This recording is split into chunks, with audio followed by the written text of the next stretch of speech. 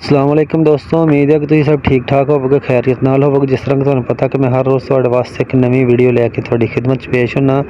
दोस्तों, पीर वाले दिन सवार वाले दिन जिहड़ी बारिश आई सी उन्हें ते किसानां दा समझ लो कि बेड़ा ही गुल कर दिता। क्या हर चीज़ तबाह कर दी। कमाद फसल बिल्कुल पक के तैयार है, तुहानू पता। ते बारिश हुई आ, बड़ी तूफानी बारिश हुई आ, ते बारिश के नाल कमाद ते मकई दी फसल सारी जिहड़ी आ देखो कि किस तरह लम्मे पै गई आ। चलो कमाद जिहड़े ने वो तो फिर भी उठ जाणगे, माड़ा चंगा हो जाणगे, उपर सिर चुक लैणगे, वो भी उम्मीद नहीं हैगी। ते यह जिहड़ी मकई आ देखो कि लक चों टुट गई आ। ठीक है, इस किसान दा गरीब दा किन्ना नुकसान होया। ये जी दोस्तों एक टोरियां वाले दी आ मकई 15-20 किले मकई दे ने सारी लक चों टुट के बर्बाद हो चुकी है, तबाह हो गई, सारी पक्की हुई फसल तबाह हो गई है। ठीक है दोस्तों मैं वीडियो तो तुहानू हमेशा ही पौधों के बारे दिखाना, पौधे दिखाना, तो क्योंकि मैं एक पिंड का रिहायशी हाँ, पिंड का रहने वाला वां, इस वास्ते थोड़ा अफसोस भी होंदा है चीज़ वेख के, जिहड़ी वजह तो मैं वीडियो लगा रहा, तुहानू दिखा रहा कि फैसलाबाद के एरिए दे विच जिहड़ा तूफानी बारिश हुई आ, कुछ देर हुई आ, पर कुछ देर होने के नाल ही उन्हें हर चीज़ तबाह करके रख दी आ, हर तरह की फसल। यह मकई जिहड़ी आ तुसीं देख रहे हो कि कुछ चंद विचों टांडे हैगे जिहड़े बचे आ, नहीं तो सारे दे सारे लक चों टुट गए ने, छली पई हुई आ, ते कुछ दिनों तक होर पक के तैयार होने वाली सी, पर हल तबाह हो गई है हुण ते पूरी तरह।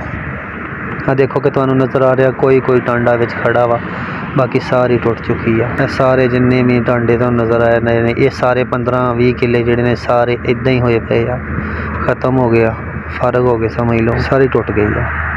तो कमाद जिहड़े ने, कमादां दा भी यही हाल आ। उस तो बाद जिहड़े दरखत ने ते वो भी इस तरह ही, देखो कमाद भी तुहानू नज़र आ रहा वा, सारा ही वेखो लम्मे पिया वा, ते दरखत भी सारे टुट चुके ने, कमाद सारे लम्मे पै गए ने, बिल्कुल ज़मीन के नाल लगे हुए ने डिग के। ठीक है जी, आ नलके वाला एरिया जिहड़ा 205 का, आ कमाद है जी, सारा डिग्गा। है थोड़ा जिहा कमाद साडा भी विच खड़ा लम्मे पै गया, खड़ा कादा हुण ते लम्मे पै गया भी। ते यह बकरियां ने चौधरी बूटे दियां, चौधरी बूटा 205 वाला, ये ओहदियां बकरियां आ रही ने। बारिश की वजह तो कोई खाने लिए इन्होंने भी कुछ नहीं लभन दिया, तुरियां फिरदियां ने। यह कमाद आ लम्मे पिया, तुहानू पता कि जो कमाद जिहड़ा वा डिग पैंदा वा ते यह भी बहुत घाटा पाउंदा वा, काफ़ी वजन भी कम हो जाता वा। जो इन्हां दियां जड़ां नीचे जमीन च लगनियां शुरू हो जानियां ने, ये वैसे बेकार होना शुरू हो जाना, सही नहीं रहना। तो यह कमाद जिहड़ा तुसीं देख रहे हो, ये चौधरी साजिद दा, चौधरी साजिद 205 वाला, ये कमाद ओहदा। तो यह जिहड़ा शरीं आ टुटा होया, ये भी साजिद दा, देखो ये शरीन उन्हें तकरीबन समझ लो कि 4 साल पानी पाउंदा रहा, इदां ही बाल्टियां दे नाल ढो के नलकियां तो, कदी किसी जगह तो, कदी आलियां तो। ते आ देखो कि उन्हें इत्थे डेरा अपना बनाउणा सी ते बुरी हालत हो गई आ, ते टुट गया सारा। इस तो बाद अगे दरखत देख लो, सारे दरख्तां दा यही हाल आ बारिश दे नाल। तो हवा इन्नी तेज़ सी कि उन्हें हर चीज़ तबाह कर दी है। तो ठीक है दोस्तों, तुहानू दिखाने का यह मकसद सी कि फैसलाबाद के एरिए इदां दी तूफानी बारिश हुई है जिन्हें तबाही मेल के रख दी है। तो इंशाल्लाह पौधों की वीडियो में फिर इंशाल्लाह हाज़र होवांगे, अगली वीडियो लैके तुहाडे वास्ते तुहाडी खिदमत च पेश होवांगे।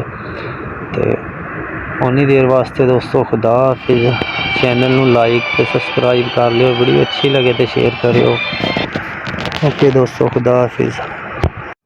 तो दोस्तों तुहाडे अगे गुजारिश है कि वीडियो वेखदियां नाल ये भी दुआ करियो अल्लाह ताला अगे कि अल्लाह ताला हर किसी दे जानी माली नुकसान की हिफाजत करे, तो आइंदा हर चीज़ नू महफूज रखे।